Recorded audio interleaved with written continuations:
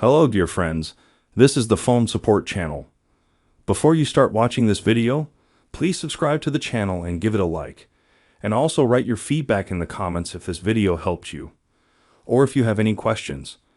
Thank you. In this video, I want to show and tell you how to restrict access to Instagram subscriptions. How to do it? First of all, we log into Instagram.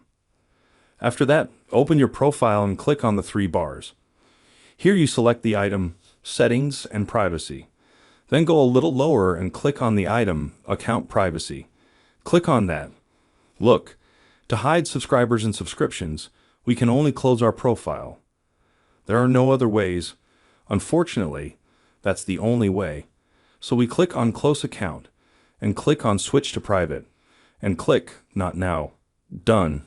Now we're back in our account, and all those who want to see the lists of our subscribers or subscriptions will not be able to see them unless they are subscribed to you and you have given them permission.